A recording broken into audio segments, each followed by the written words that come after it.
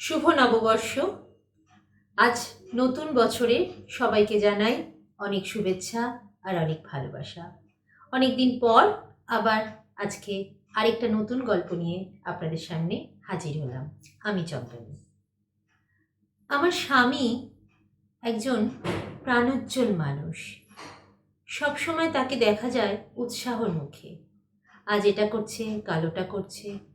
সবসময় মানুষকে কিভাবে সে ভালো রাখবে এটাই তার লক্ষ্য ছিল। কোনো মানুষের কোনো কষ্ট দেখলে সে একদম থাকতে পারে না। এইভাবেই আমাদের সংসার চলছিল। আজ আমার ছেলের ৩৫ বছর পূর্ণ হলো। আমার সংসারে আমার ছেলে, বউ, নাতি আর আমি আর আমার স্বামী, এই কজনই আমাদের সংসার। এইভাবে অনেক দিন কাটলো, কিন্তু হঠাৎ করে আমার শরীরটা খুব খারাপ হলো। দেখলাম আমার বুকে ব্যথাটা কমছে না। ছেলে আর বাবা মিলে আমাকে একটা বেসরকারি নার্সিংহোমে ভর্তি করলো। কিন্তু সুখের সংসারে কি আর বেশি দিন থাকা যায়? নাতিকে নিয়ে যে একটু সময় কাটাবো দুজনে, সেটা আর পেলাম না।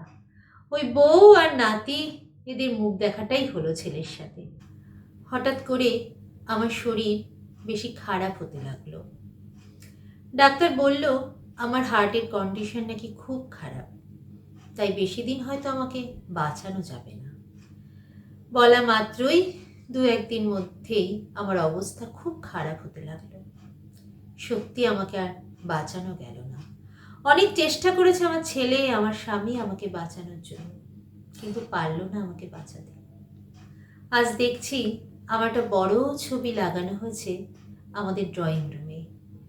বিরাট করে ছেলে, ছেলের বউ ধুমধাম করে আমার শ্রাদ্ধ করেছে। আমার স্বামী হঠাৎ করে কেমন পাথর হয়ে গেল। এতদিন অবশ্য ওর অফিস ছিল, তারপর অনেকদিন রিটায়ার হওয়ার পর আমি ওর সঙ্গী ছিলাম সকাল থেকে রাত অবধি। তারপর ছোট্ট নাতিটার মুখ দেখেই কাটিয়ে দিত। আর এখন একদম পাথরের মতো, নাও কাঁদে নাও হাসে, একদম চুপ হয়ে যাওয়া একটা মানুষ। আস্তে আস্তে নাতিও বড় হতে লাগলো।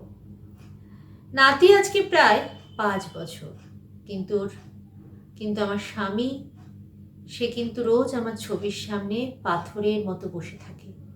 না কোনো কথা বলে, না কোনো হাসে, একভাবে শুধু আমার ছবির দিকে তাকিয়ে থাকে। একটা মানুষ আস্তে আস্তে পাথর হয়ে যাচ্ছে, বোবা হয়ে যাচ্ছে, আর সংসারের বোঝা হয়ে যাচ্ছে। কোনো কাজ করতে পারছে না, চুপচাপ বসে আছে। বৌমা ওকে নানাভাবে, নানা রকমভাবে অপমান করে। আমি বুঝতে পারি, আমি দেখছি, কিন্তু আমার যে আর কিছু করার নেই। আমার কষ্ট হচ্ছে আমার এই সংসারটা দেখে, আমার এই সাজানো সংসারটা। অনিরুদ্ধ আমার ছেলে অফিস থেকে আসে, এসে ছেলে বউকে একটু সময় দেয়, পরের দিন সে আবার অফিসে বেরিয়ে যায়। বাবার প্রতি তার কোনো দায়িত্ব কর্তব্য কিচ্ছু নেই। বাবার কাছে একটু সময়ও দেয় না। রোববার করে যখন ওর অফিস ছুটি থাকে, ছেলে বউকে নিয়ে বেড়াতে বেরিয়ে যায়। বাবা যে একা অত বড় বাড়িটায় থাকে, তাতে ওর কোনো তাপ উত্তাপ নেই। কখনো বাবাকে জিজ্ঞেস করে না যে তুমি কেমন আছো। কখনোই বাবার সাথে ভালো করে একটু গল্পও করে না। অথচ বৌমা সকাল থেকে উঠে আমার স্বামীকে কত কিছু কাজের ফিরিস্তি দেয়। সকালের বাজার করতে হবে, নাতির দুধ আনতে হবে, নাতিকে স্কুলে পৌঁছাতে হবে, আবার নাতিকে স্কুল থেকে নিয়ে আসতে হবে। এরকম করে অনেক দিন চলছে। একবারও বৌমাও বলে না যে বাবা তুমি খেয়েছো কিনা, বাবা তোমার মন খারাপ লাগছে কিনা। তবে আমার নাতিটি খুব মিষ্টি, মাঝে মাঝে গিয়ে স্কুল থেকে এসেই দাদুর ঘরে গিয়ে দাদুকে কত কিছু কথা বক বক করে বলে। ও তো ছোট্ট, সবে 6 বছর। তো দাদু একটু খেলে আবার চুপ হয়ে বসে যায়, কখনোই একবারও হাসেও না, আর আমার ছবির দিকে ফ্যাল ফ্যাল করে তাকিয়ে থাকে। এইভাবে বেশ চলছিল। আমার স্বামী একটু অন্য লোকের উপকার করতে খুব ভালোবাসে। একদিন আমার বৌমা তাকে একটা 500 টাকার নোট হাতে দিয়ে বলেছিল যে মাসিক বাজারটা যদি একটু এনে দেয় তাহলে খুব ভালো হয়। তাই সে ছেলেকে কোলে নিয়ে, নাতিকে কোলে নিয়ে বাজারে বেরোলো। হঠাৎ করে রাস্তায় দেখলো একটি ছোট্ট 10 বছরের ছেলে খুব কান্নাকাটি করছে ওষুধের দোকানের সামনে। আমার স্বামী তাকে বলল, কি হয়েছে বাবা তোমার? সে বলল, দাদু, আমার মা খুব অসুস্থ, কিন্তু আমার ওষুধ কেনার কোনো পয়সা নেই। এই ওষুধের দোকান থেকে ধারে ওষুধ নেব, দিচ্ছে না। বললাম 1 মাস পর শোধ করে দেব। মার যে খুব ওষুধের দরকার, খুব কাশি, খুব জ্বর। আমার স্বামীর মন তো ওরকমই, খুব নরম। তাই ও বলল, চল তো দেখি, ওষুধের দোকানে যাই একটু। নাতিকে কোলে নিয়ে ওষুধের দোকানে গিয়ে ওই টাকাটা দিয়ে, যেটা বৌমা দিয়েছিল মাসিক বাজার করতে, সেই টাকাটা দিয়ে ওষুধ কিনে দিল সেই ছোট্ট বাচ্চাটার, তার মায়ের জন্য। আরও 100 টাকা হাতে দিয়ে বলল, যদি দরকার হয় আমার বাড়ি এখানেই, বাড়ির ঠিকানাও দিয়ে দিল, তুই আমার কাছে চলে আসবি, আর একদম মন খারাপ করবি না, বাড়ি যা, মা ভালো হয়ে যাবে, যখনই দরকার হবে আমার কাছেই কিন্তু আসবি। ছেলেটি হাসতে হাসতে আমার স্বামীকে প্রণাম করে চলে গেল। বাড়িতে যখন নাতিকে নিয়ে ঢুকলো, বৌমা যখন দেখলো হাতে কোনো বাজার নেই, যা পারল তাই বলল। আমার স্বামী সত্যি কথা বলল যে আমি টাকাটা ওখানে দিয়ে দিয়েছি। বৌমা তো শুনলই না। রাত্রিবেলায় যখন খেতে বসেছে ডাইনিং টেবিলে, আমার ছেলে বলল, আজ রান্না হয়নি কেন? শুধু রুটি আর ডাল, একটা তরকারিও হয়নি? আমার বৌমা বলল, তরকারি করার মতো নেই কিছু, রান্নাঘর পুরো ফাঁকা। অনিরুদ্ধ বলল, কেন?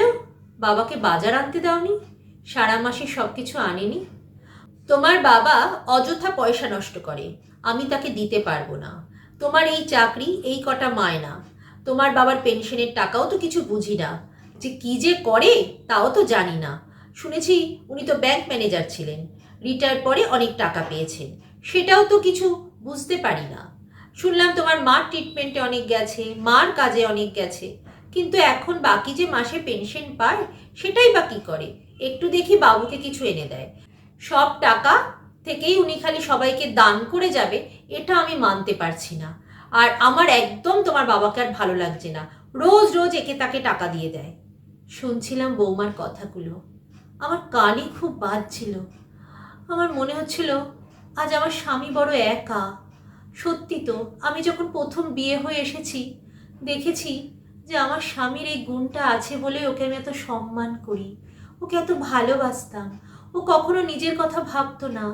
কত অনাথ আশ্রমেও কত টাকা দান করেছে তার শেষ নেই। বলতো, পয়সা রেখে কি হবে গো অসীমা, এদের দাও না, ছোট ছোট বাচ্চারা গরিব অনাথ আশ্রমে দিই, ওরা একদিন ভালো করে খেতে পারবে। আমরা তো দুবেলা দুটো খাচ্ছি, আমার বেশি কিছু চাহিদা নেই অসীমা। আমি ভাবতাম এটাই বুঝি আমার কাছে সব কিছু। এই মানুষটার জন্য আমার গর্ববোধ হতো। আর আজ আজ আমার স্বামীকে রোজ রোজ অপমানিত হচ্ছে আর আমি সেটা দেখছি। আমার স্বামী রোজ রোজ আমার ফটোর সামনে চুপচাপ চোখ দিয়ে জল পড়ে, ফ্যাল ফ্যাল করে তাকিয়ে থাকে। নাতিটাকে অসম্ভব ভালোবাসি। নাতিটাও সেদিন বলল, দাদু তো উপকারই করেছে, স্কুলের মিস বলেছে তো, লোককে উপকার করলে ভগবান তাকে দেখে। আমার বৌমা নাতিটাকে এক চড় মেরে দিল। আমার ছেলে চুপ করে বসে রইল, একটা প্রতিবাদ করছে না। কিন্তু দেখলাম আমার ছেলে কোনো কিছুই বলে না, আমি চুপচাপ শুধু ছবির মতো দেখে যাচ্ছি। তারপর একদিন আমার বৌমার এক বান্ধবী এসেছে। বৌমার নাকি পায়ে খুব যন্ত্রণা, তাই সে উঠতে পারছে না। তাই আমার স্বামীকে বলল, আজকে রান্নাঘর থেকে বাবা তুমি একটু চা করে দাও তো। আমার শুনে খুব খারাপ লাগছিল। কোনোদিন ওই মানুষটাকে আমি রান্নাঘরে যেতে দিইনি, কিন্তু আজ সেটাও করতে হচ্ছে মুখ বুঝে। আমার বৌমার বান্ধবী বলল, বাবা তুই তো ফ্রিতে একটা কাজের লোকও পেয়ে গেছিস, তোর তো কোনো চিন্তাই নেই। বৌমাও হাসতে হাসতে বলল, হ্যাঁ এই আর কি, যা কষ্ট দিচ্ছে, যা টাকা দেবো তা লোককে দান করে দেয়, ফ্রিতে আবার কাজের লোক। সেদিন আমার খুব কষ্ট হচ্ছিল। কিছুক্ষণ পর দেখলাম আমার স্বামী বৌমা আর তার বান্ধবীর জন্য চা নিয়ে এসেছে।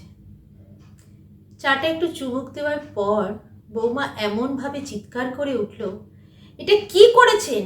এটা মুখেও দেওয়া যাচ্ছে না, এত বিশ্রী, আপনি কি চিনিও দিতে জানেন না?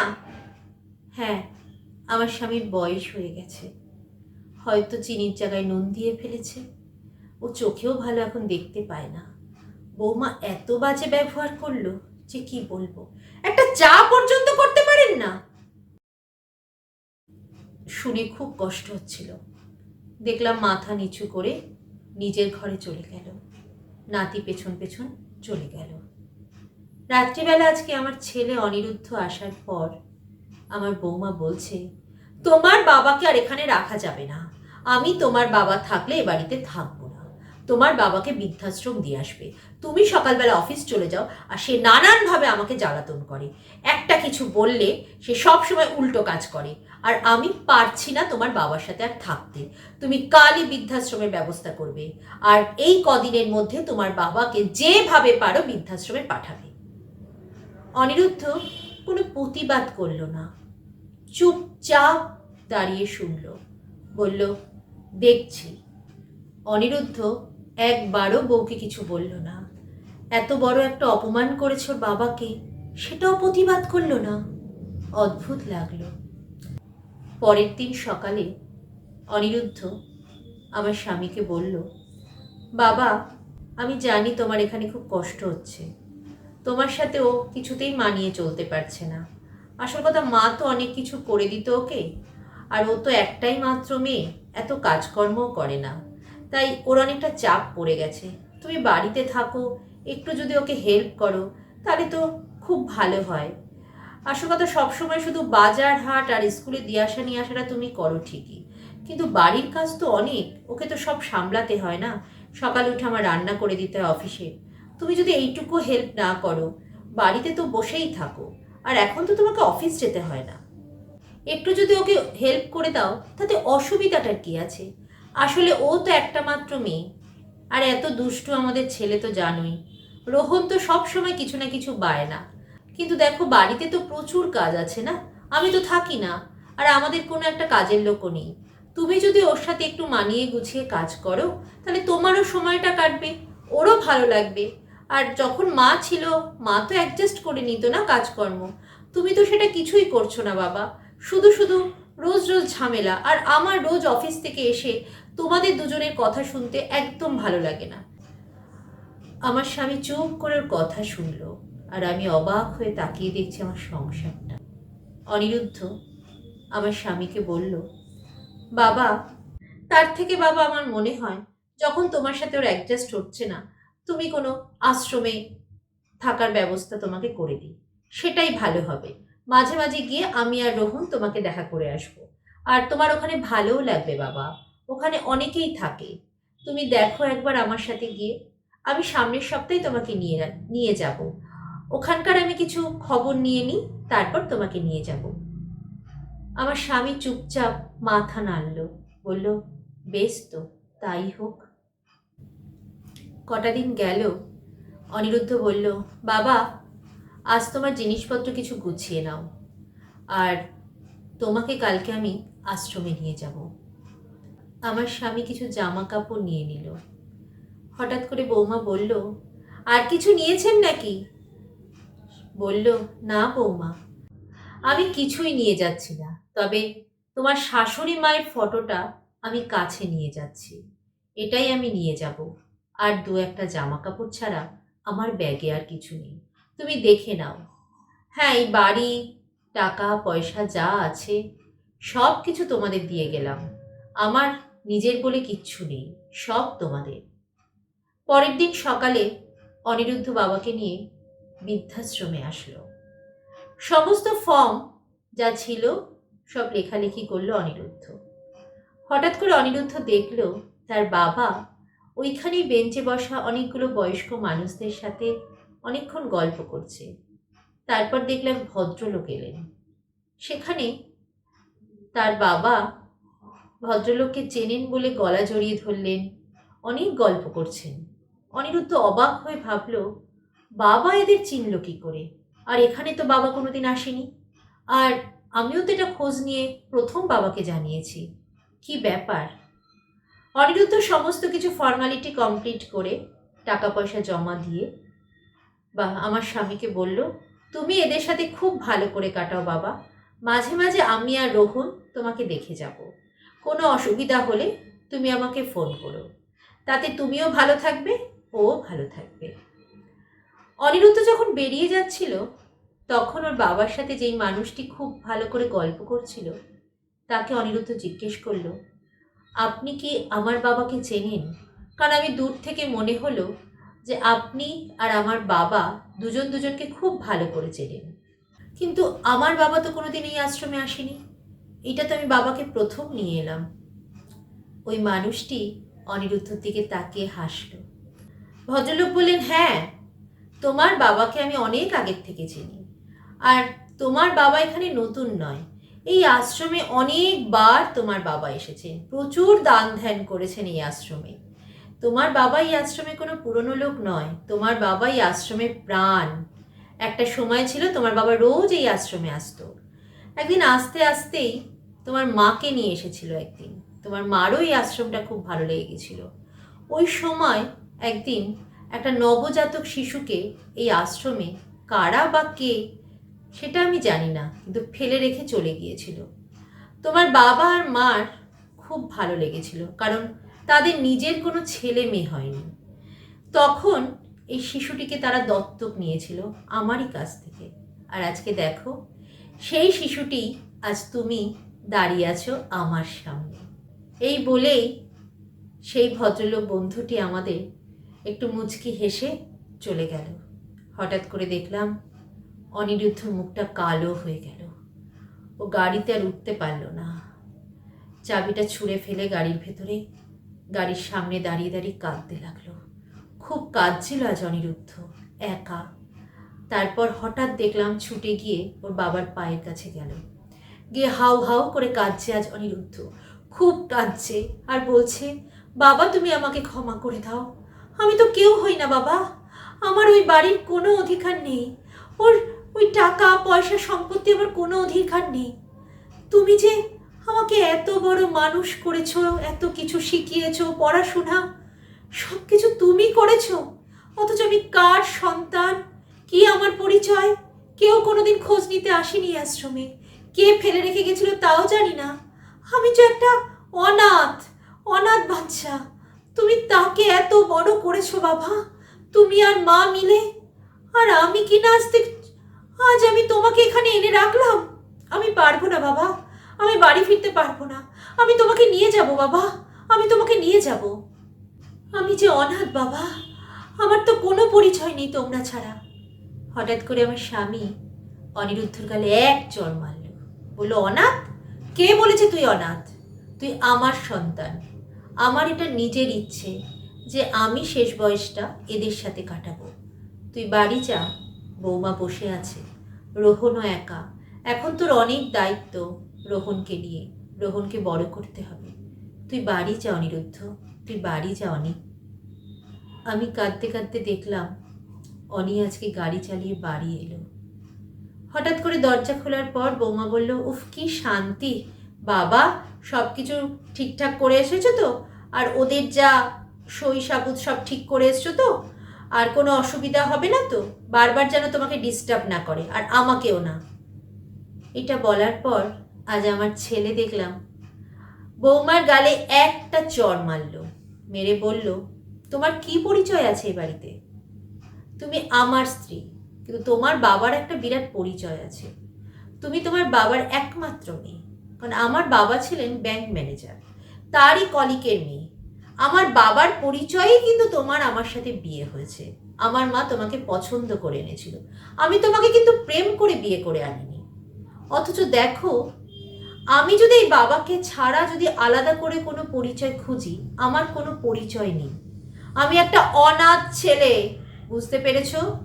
ওই আশ্রমেই থেকেই আমাকে আমার বাবা মা নিয়ে এসেছিল, মানুষ করেছে, আর আমি তাকে আজ ওই আশ্রমে ছেড়ে দিয়ে এলাম।